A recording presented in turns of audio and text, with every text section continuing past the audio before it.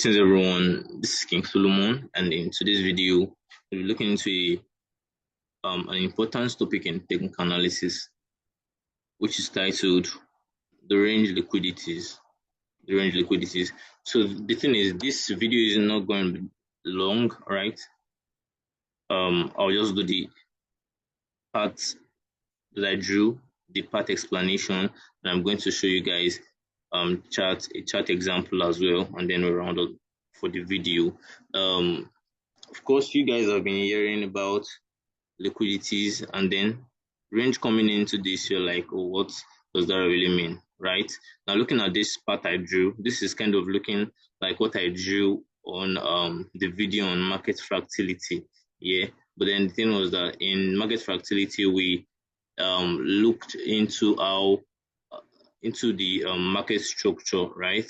And then in this video, we'll be looking into just the liquidity formation on this market fractality type, okay? So diving into the video already, pretty sure that most of you will have heard about range liquidities or liquidities itself. And then under range liquidities, we have two types of range liquidities, which are the internal and the external liquidities, right? The internal and the external liquidities. So what do I mean by this? Let's look at this part price action. From here, you can see the price went up here, came down, then went up to break this high, right? But then since price could come down to clear an inducement here, tap into the right zone and break structure again, it means this point would be regarded as what? A fake break of structure, right? I'm going to tag that here, right? This was a fake break of structure because price was able to clear its low before breaking this high. Then this high is what? The real break of structure. That's why I put the BUS there, right? Now, looking at this, since this low has mitigated, since this low tapped into a non-mitigated zone, thereby mitigating it, right? And then breaking structure, we can tag this low as a strong low. Right? This, all right. So this being a strong low means if price gets to a point and comes back, right, and RTO to the unmitigated zone, and RTO means return to other block, right? If price returns to this other block at, let's say, the extreme here, right, price should not break below it because this is a strong low. Looking at this, we could see the substructural price action, how it was coming down, right? We can just see some things here. You can see the price took out liquidity here. Let's say price tapped into a valid zone here, right? Just trying to make it like all you guys see on your real chart, okay? But again, then price is dropped down, all of that, right? The downtrend here, and then upon price mitigating this zone, price did what? Changed character here, right? Price changed character. You can see price mitigating this zone and changing character to take out the last high formed. So that would give us the change of character, which I marked as this here. Thereafter, this was a confirmation that price is ready to begin its impulse move. And now, of course, since this this zone has now been mitigated, right? So I can just say, let's just say mitigated here. Let's just say this has been mitigated. So we probably want to start looking for buy setups, right? And looking at this, when price changed character here, price went up, came down a bit, right, and went up here. The criteria, of course, for marking a valid zone around here is what? Price taking a liquidity from a former candlestick and price having a fair value gap. All right. So once you've marked your valid zone, a valid POI, right, a point of interest, and you see that price did not tap into that zone and then makes another upward move on the LTF, just like something like this here, right? And so the price did not tap into this zone and went up. So same thing is happening here. So this would be what? This is going to be a fake break of structure. right? Just like the one we had over here. So this is going to be a fake break of structure, and then you're anticipating the price after going up come back to take out the weak low formed and then tap into your unmitigated demand zone, right? So thereafter, what are we going to do? Of course, let's say this point is this. I want to make something, I want to show you something. Let's say this point, right, is something like this.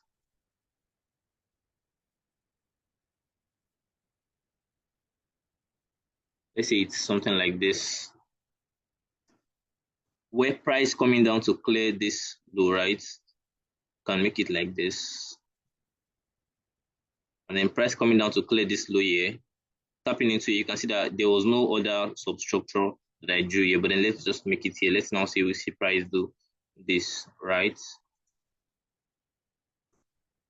Yeah. So at this point, price change character on a much more lower time frame, just like at this point, right?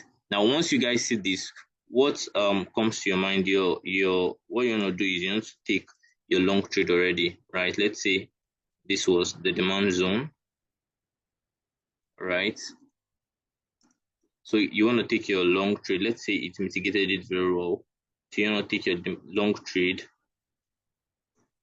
from either the change of character point or a RTO to the lower time frame. Let's say you want to take it from the CMP after exchange character.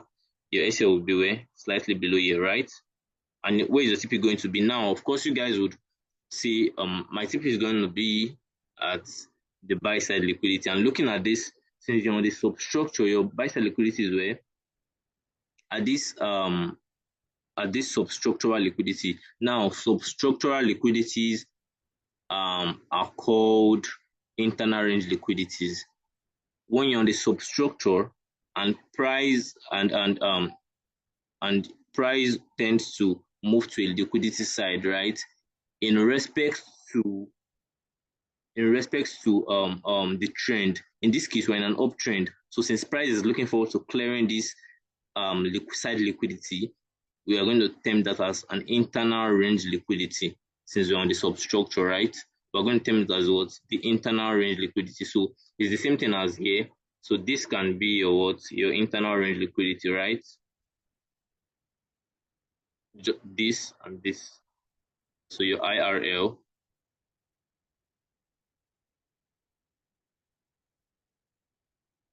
Right? And your target is way at your IRL, isn't it?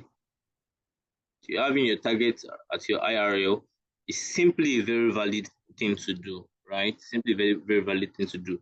But then opening your understanding to market fractality liquidity points, right? Since you have your IRL at this point, and this is a valid long to take, right?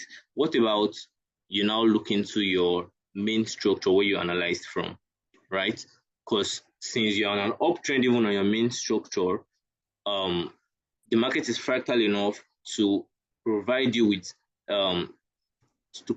similar price actions even on the different time frames, right? Or on the different structures. So you having this kind of thing formed on your substructure, right? You can also have it formed on your main structure here. So of course, looking at this was something that was kind of formed around here, where on the main structure we had a main liquidity, right? A main liquidity. Now, course of this one is on the substructure, right? We termed it the IRL, the internal range liquidity. Now, since we analyze from the main structure and we can also have a side liquidity, the main structure liquidity side is going to be termed an external range liquidity, all right?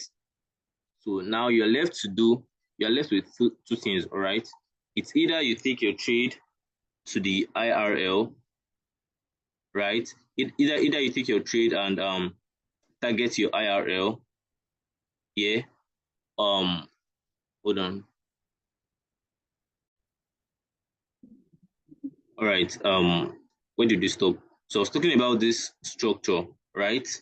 So looking at this, you want to take you want to put your TP at this side liquidity, right? But this side liquidity is an internal range liquidity, while your external range liquidity is the side liquidity of your main structure. So it's either you're taking your trade as this, or you're taking your trade as this. Now, in cases where you want to take your trade as this, you can like probably anticipate for another price return to zone, right? Then you taking another trade to the internal range liquidity again. All right, so that's in the first form. Now let's look at the second form of internal range liquidities. All right, look at this point. Look at this liquidity line. This liquidity line is also called an what? An internal range liquidity, right? It's an internal range liquidity. Now there's a saying that is everywhere, and probably you've heard it before, where you hear that you trade from the internal range liquidities to where? To the external range liquidities, right? You trade from the internal range liquidities to the external range liquidities. In this case of this short, right? This 1 year can be termed an internal range liquidity, right? While this 1 year can be termed an external range liquidity on this substructure, right? So you are trading from price taking out an internal range liquidity, right, to price taking out an external range liquidity. So the same case here, where we have internal range liquidity here, we are trading from the internal range liquidity to where? To our external range liquidity. Now, if we're marking this as our internal range liquidity, we can as well just say this is an external range liquidity. All right, this one that we marked IRA here, you can say it's an external range liquidity. But then when it comes to just talking about side liquidities in respect to market direction, all right, that's when we're not going to dive down into looking at what liquidities are present on the substructure and the main structure, right? In this case, where we looked at the substructure and the main structure, where we are bullish on the main structure and also bullish on the substructure, we termed this side liquidity on the substructure as an internal range liquidity, and the side liquidity on the main structure as well as an external range liquidity, right? So targeting an internal range liquidity to targeting an external range liquidity, and also taking trades from internal range liquidity here, right, to external range liquidities, right? IRL to ERL, but not ERL to IRL, right? It always the internal to the external. I'm pretty sure you'd have even seen people draw something like this. You might see stuff like let's say like this.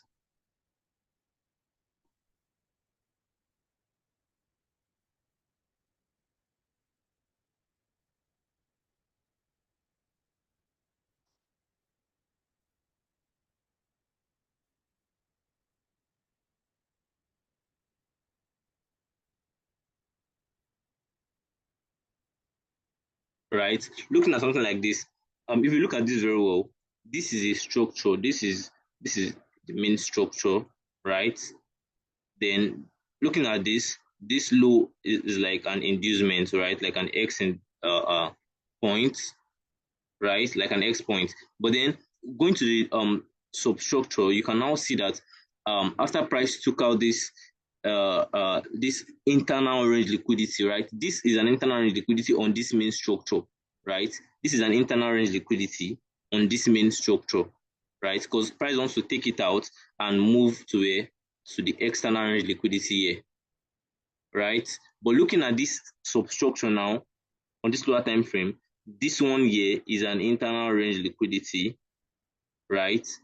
And where it's going to go are the external range liquidities, year or year, right? So you probably want to see price do something like this, take out the internal range liquidity and go up. So that's coins. That brings people asking that if I don't see a liquidity formation on a move, can I take trades from there, right? Can I take trades from there? That's why this is available. Where you see when you see an internal range liquidity, then you're pretty sure the price will take out the internal range liquidity, especially when the low did not tap into a value zone. All right, so that's going to be a very valid setup for you. So from that, I would like to clear one thing that you guys are probably have in mind as a question. All right, that's the question I said earlier, that if you don't see liquidity on a price action move, what can you do? Now, this is how I do mine, right? If I see a structure like this, let's say I see a structure like this here, and I'm like, okay, this is the zone, this is the liquidity. I want to take my long from this zone, right? And then my TP at here. Let's say this is where price got to here. Then I see price come to clear my inducement, tap into my zone, and go to my take profit side, right? Once I see something like this, once I see that price took out the liquidity and tapped into a value zone and broke structure to the other side, right? It means that low that caused that break of structure is a strong point and does not depend on if liquidity gets formed thereafter or not, right? So you seeing something like this, what you want to do is you just want to mark out your next order block from here, right? Your next demand zone from here. Now, it does not matter if this forms a liquidity, right, or not. Even if it does not form a liquidity, I'm going to take a what? A long trade from here again, right? Provided that, hold on. I'm going to take a long trade from here, right? From here. Provided that what? Provided that this eye has not tapped into some kind of supply zone, right? Has not tapped into some kind of supply zone. If it has tapped into some kind of supply zone, then I would only probably want to wait for confirmation entries, right? But if the supply zone is still, let's say, kind of far away like this here as a supply zone, then I know that this zone has actually not um, changed power yet. So even if price comes to this low without a liquidity on this move, I'm pretty sure that price is going to play out well, as this low is already protected. All right, so you can take a trade from a non-liquidity move if the structural low of that move took out liquidity. All right, imagine in this kind of thing. Okay, let's look at it like this. If this one now it's TP, right? Now you know this low did not take out liquidity, right? Now I won't take a trade from this point again if I don't see liquidity. So I only now want to see a liquidity formation, maybe something like this. If I can now say, okay, there's a liquidity here, I'll not take it, right? So liquidity point to no liquidity point, and no liquidity point to liquidity point, right? I hope you understand what I just explained. So I think we should just go to the chart example. I think time is gone. I didn't want to use plenty of time before though.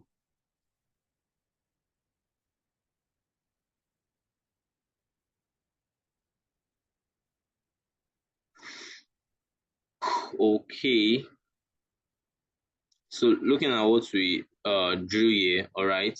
I hope you've been able to understand that. Now let's look at a chart example. So looking at this on NZD, right? And looking at this structure, we can see that price did something like this from here. Price went up like this, came to this low, then went up to break this high, right? Though it still came down to create a stop on equal low, where pretty sure that price is going to break. So price rallied up to this high before coming down, right? So as you see this kind of thing, you can call this low a what? An inducement, all right? Or you can also call this low what? An IRL on this structure, right? If on the higher time frame, maybe on the forward time frame, we're also bullish, right? If we're bullish on the forward time frame, you can also call this inducement a what? A IRL. Do you understand? So looking at this, price cleared this inducement point, right? Tapped into the value zone I marked here, and you can see price changing character, right? Price changed character at this point, right? So on the norms, I should have taken the CMP entry from here because it was around the spread time, right? When price mitigated this one, it was around spread time, so I just left the trade like that. So I was hoping that in the London session I'm going to get value trade from around here, right? So let's say you took it from CMP around here as it broke, as it changed character, and your SL is around here, right? Where is your TP going to be? TP is solidly going to be at this high, right? That's like a 7 hour, almost a 7 hour trade. Now looking at this, since I missed this, what was I now looking for? So I was now looking for substructural IRL opportunities, right? To be able to trade to where? To this ERL move. Yeah. So this ERL point, ERL, right?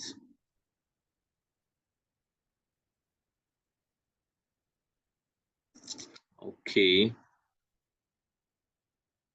So this was what I was now like looking for, right? I was not looking for internal range liquidities to take me to these external range liquidities. I'm pretty sure I found one, right? So that day I saw that price went to this low, price came to this low, went to take out this high, came down to take out this inducement point, right?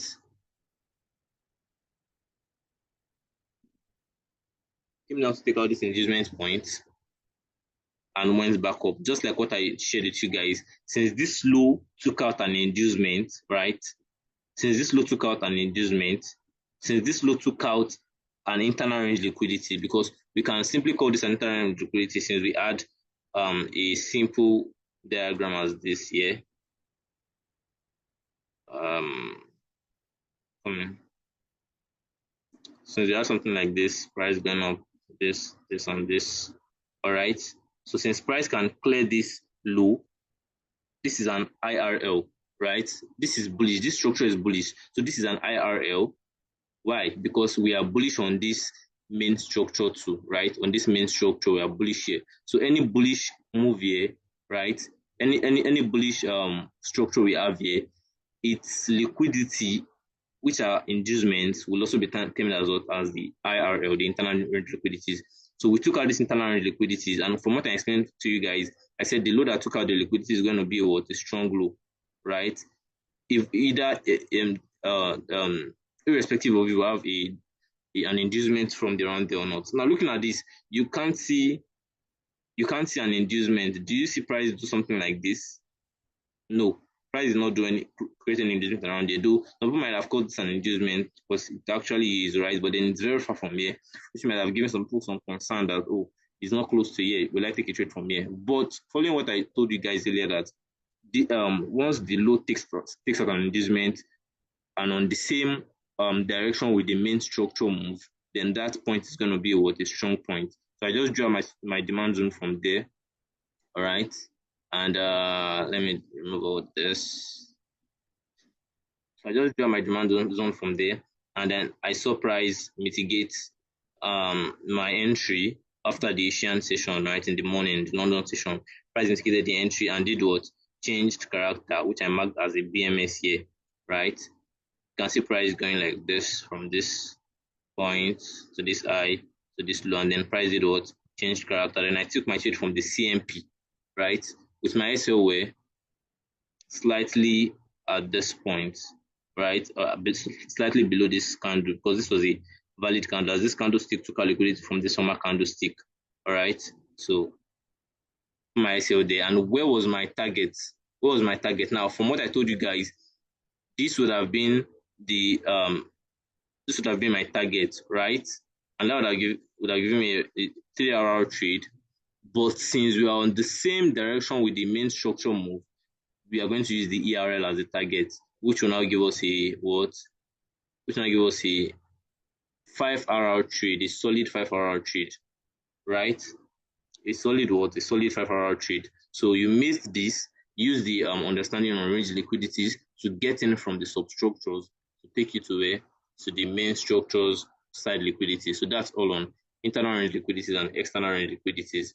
I hope you've been able to learn something. Let me just look at this one again, right? From here. Okay. So that's pretty the same thing, all right? You target either here or you target at your extreme range liquidities, right?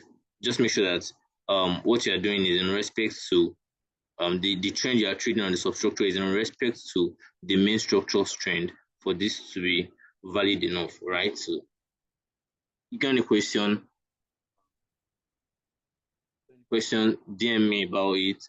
Sorry, if you got any question, drop it in the comment section. I'm going to reply to them. I will drop my Telegram link in this comment section. Make sure you join. There's a lot I do share on there that you shouldn't even be missing out on. All right. So that's something you don't want to miss out on. Join there and also follow me on Twitter here if you've not, and turn on my notifications so you'll be missing my premium trading content. So I remain King Solomon. Thank you guys for watching to the end. See you in the next video content.